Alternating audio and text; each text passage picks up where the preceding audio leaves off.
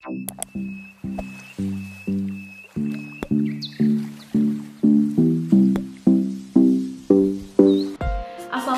warahmatullahi wabarakatuh. Thank you very much for coming in my video and welcome back to my channel. Dalam video kali ini, kita akan membahas tentang return dan risiko aktiva tunggal. Return sendiri merupakan hasil yang diperoleh dari investasi. Nah, ini yang pertama ada return realisasian, yang kedua ada return ekspektasian. Nah, return realisasian ini merupakan return yang telah terjadi, real ya, real. Ingat, real itu berarti yang telah terjadi.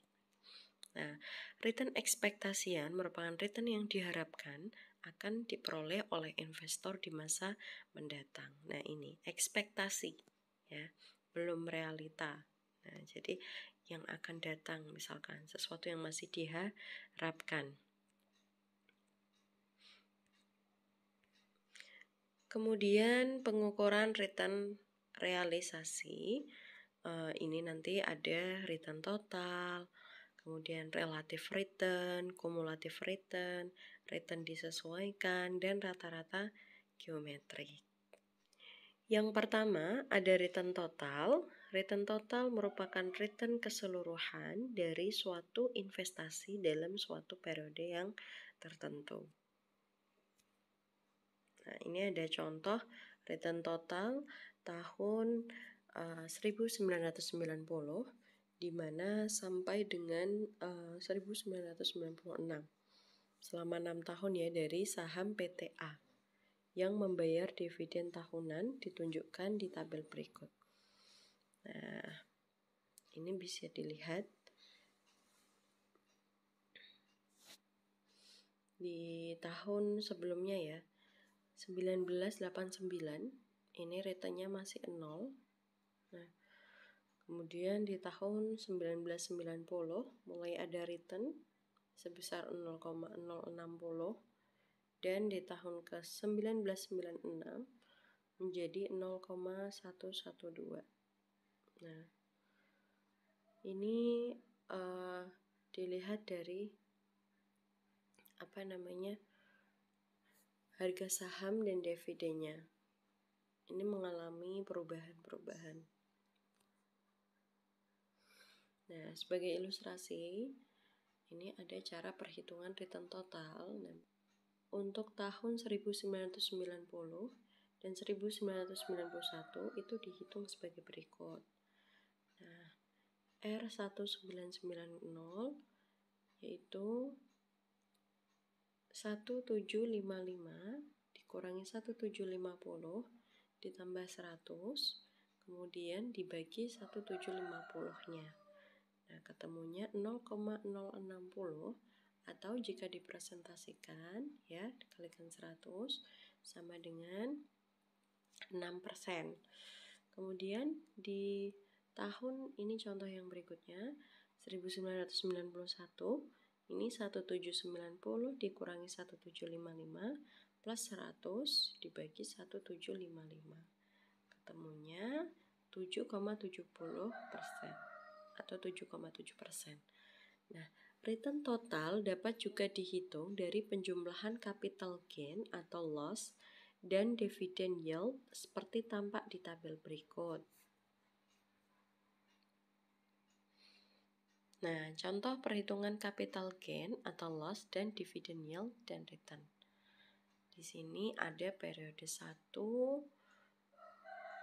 capital gain, kolom 2, dividend yield, kolom 3, dan return ini kolom keempat, di mana didapatkan dari kolom 2 ditambah kolom 3 di masing-masing baris. Nah, misalkan sebagai ilustrasi untuk tahun 1990, capital gain, dividend yield, dan total return dihitung sebesar gain pada tahun 1990, di mana ini 1755 tadi ya, lihat di tabel sebelumnya. Nah, dikurangi 1750, kalian bisa cek di tabel sebelumnya, per 1750. Nah, ketemunya 0,112. 29%. Nah, yield-nya 1990, ini 100 dibagi 1750 sama dengan 5,71%. Nah, kemudian R-nya 0,0029 ditambah 0,0571 sama dengan 0,060 atau 6%. Oke, ini ada dua contoh, sebetulnya sama. Kita langsung saja ke contoh yang 7.3. Dividen setahun yang dibayarkan adalah sebesar Rp120. Harga saham minggu kemarin ya. Sebelumnya itu sebesar Rp1.050 dan minggu ini adalah sebesar Rp1.100. Return total minggu ini adalah sebesar, return sama dengan 1.100 ya, harga minggu ini dikurangi harga minggu kemarin 1.050 ditambah dengan dalam kurung dihitung dulu 120 ya, dividen setahun yang telah dibayarkan dibagi 52 minggu ini. Nah, kemudian diper 1050.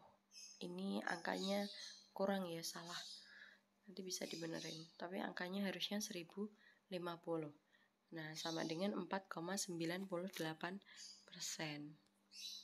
Nah, kita masuk ke pembahasan relative return. Relative return dapat digunakan yaitu dengan menambahkan nilai 1 terhadap nilai return total.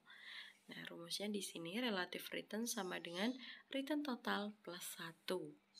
Nah, ini ada contoh.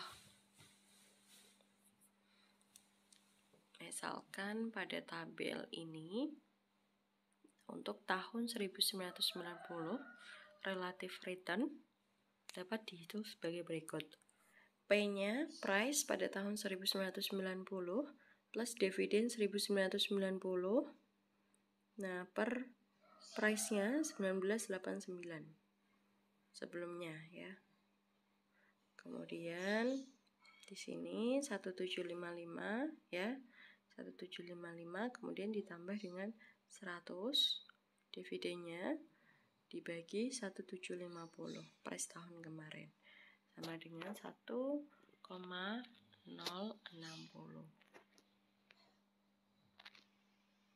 Kemudian cumulative return, pembahasan selanjutnya, di mana return total mengukur perubahan kemakmuran, yaitu perubahan harga dari saham dan perubahan pendapatan dari dividen yang diterima. Kemakmuran kumulatif untuk saham PTA mulai tahun 1990 sampai 1996 tampak di tabel berikut ini. Nah, indeks kemakmuran kumulatif menunjukkan kemakmuran akhir yang diperoleh dalam satu periode tertentu. Misal, dengan membeli saham A di akhir tahun 1989, maka pada akhir tahun 1991, kemakmuran akan menjadi sebesar 114,20% dari kemakmuran semula. Nah, jika saham ini diperhatikan lagi, maka pada akhir tahun berikutnya akan menjadi sebesar 125% dari nilai semula di akhir tahun 1990 dengan perhitungan sebagai berikut. Nah, IKK, indeks kemakmuran kumulatif tahun 1992 sama dengan 1 dalam kurung 1 plus 0,060 ya. Kemudian 1 plus 0,077. Kemudian 1 plus 0,095.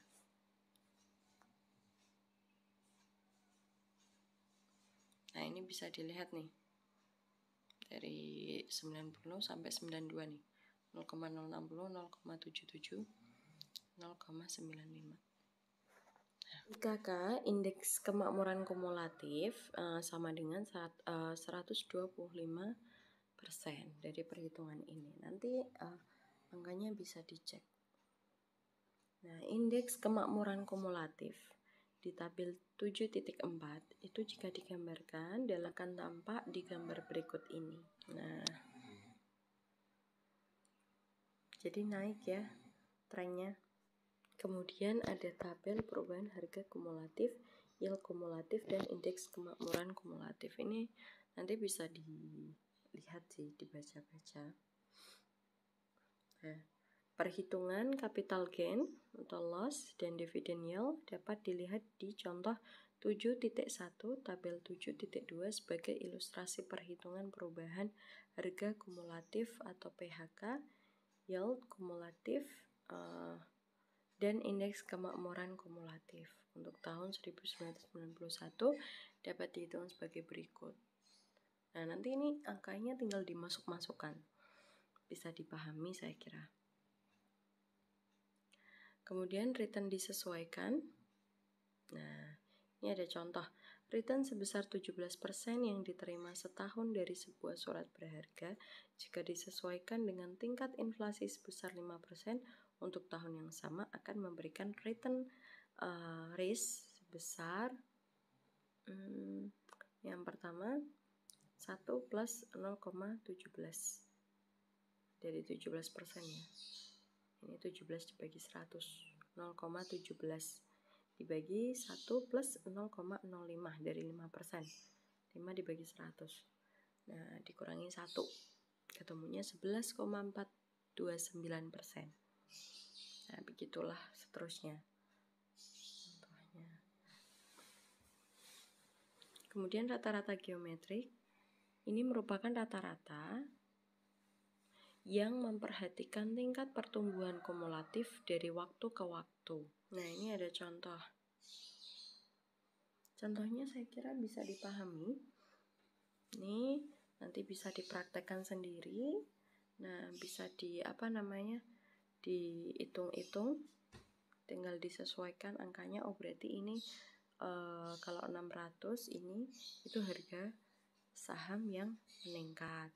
Kemudian 500-nya tuh harga saham sebelumnya di periode awal. Nah, kemudian dibagi 500, ini harusnya 550. Nah, di periode berikutnya.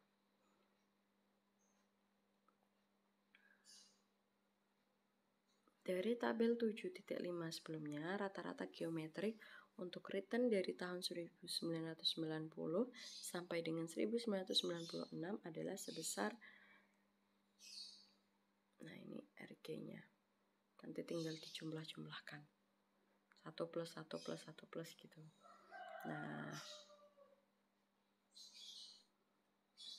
Nah kemudian rata-rata aritmatika untuk return dari tahun 1990 sampai dengan tahun 1996. Nah, rata-rata aritmatika ini semuanya dijumlah. Ada berapa? Ada 7 ya. Tinggal dibagikan 7 saja. Nah, ketemunya 0,09957. Nah, selanjutnya kita membahas pengukuran return ekspektasi. Jadi nanti ada nilai ekspektasi masa depan, nilai-nilai return historis, model return ekspektasian yang ada. Nah, berdasarkan nilai ekspektasian masa depan yang pertama, ini merupakan buah hasil masa depan dengan profitabilitas kemungkinan terjadinya untuk masing-masing kondisi ekonomi yang berbeda. Nah, misalkan di sini ada kondisi ekonomi resesi, kemudian cukup resesi, kemudian normal, baik, sangat baik. Nah, ini kemungkinan ya, profit yang akan terjadi di masing-masing kondisi yang berbeda. Nah, ini rumusnya nanti bisa dipraktekkan sendiri. Kemudian ada berdasarkan nilai-nilai return historis. Nah, jadi di sini ada 5 periode terakhir return mingguan historis. Minggu pertama, kedua, ketiga, 4, dan 5. returnnya sebesar masing-masing. Nah, return ekspektasinya dapat dihitung sebagai berikut dengan metode rata-rata. Jadi, ini dijumlahkan semua dari minggu pertama, kedua, ketiga, keempat, kelima. Nah, kemudian dipresentasekan dibagi 5 jumlahnya karena ada 5 minggu. Jadi totalnya 0,24%. Berdasarkan nilai-nilai return historis, return ekspektasian ini dapat digambarkan sebagai berikut. Nah, jadi di sini bisa terlihat. Nah, ini ada risiko berdasarkan probabilitas kemungkinan. Rumus varian ini dapat ditulis dengan dinyatakan dalam bentuk probabilitas. RI min E RI kuadrat. Nah, sama dengan UI. Maka VAR-nya RI dapat ditulis, nah ini dibolak-balik aja. Ketemunya ini.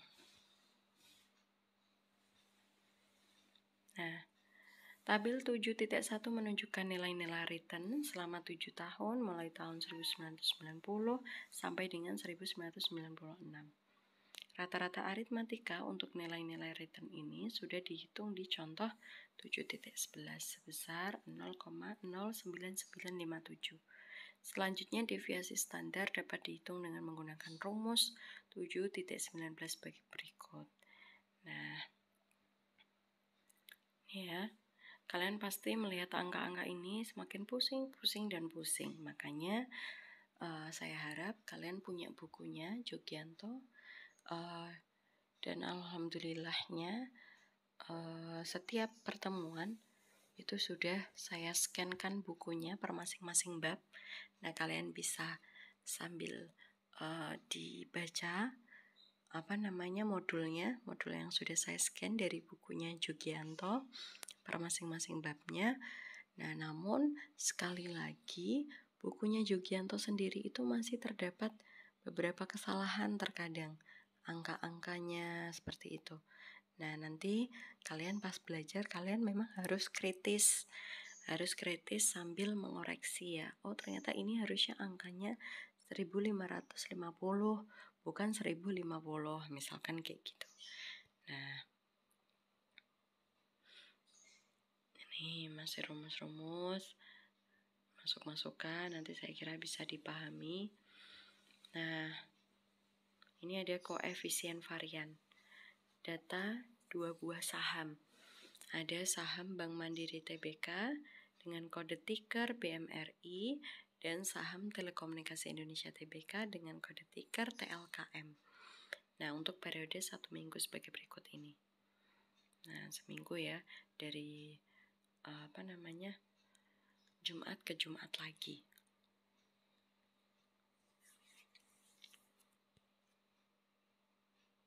Nah, nilai return ekspektasian yang dihitung dengan rata-rata aritmatika untuk saham BMRI adalah sebesar 0,00716 dan untuk saham Telkom adalah sebesar 0,02528. Nah, risiko yang akan diukur dengan deviasi standar bisa lihat rumus dengan cara perhitungannya di bab 7.4.2 sebelumnya. Nah, adalah sebesar 0,02022. Untuk saham BRI 0,02296. Untuk saham Telkom. Nilai-nilai CV untuk masing-masing saham dapat dihitung sebesar CV-nya BMRI 0,02022 dibagi 0,00716. Ketemunya 2,82586. Begitu juga dengan CV Telkomnya.